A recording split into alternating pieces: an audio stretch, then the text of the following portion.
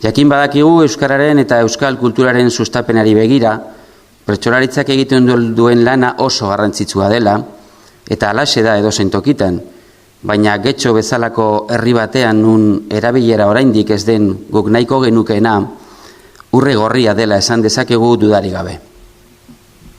Jakin ezazue beraz instituzioen eta euskalgintzaren arteko osagarritasunari begira, Getxoko udala hor egongo dela, Getxon bertsolaritza orain bezala indartzu eta indartsuago egon dadin sustatzen eta babesten.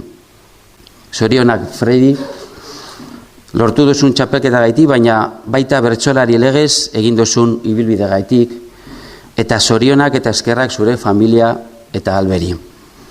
Eta bukatzeko zuen baimenarekin ausartuko naiz bertso batetan sartzeaz.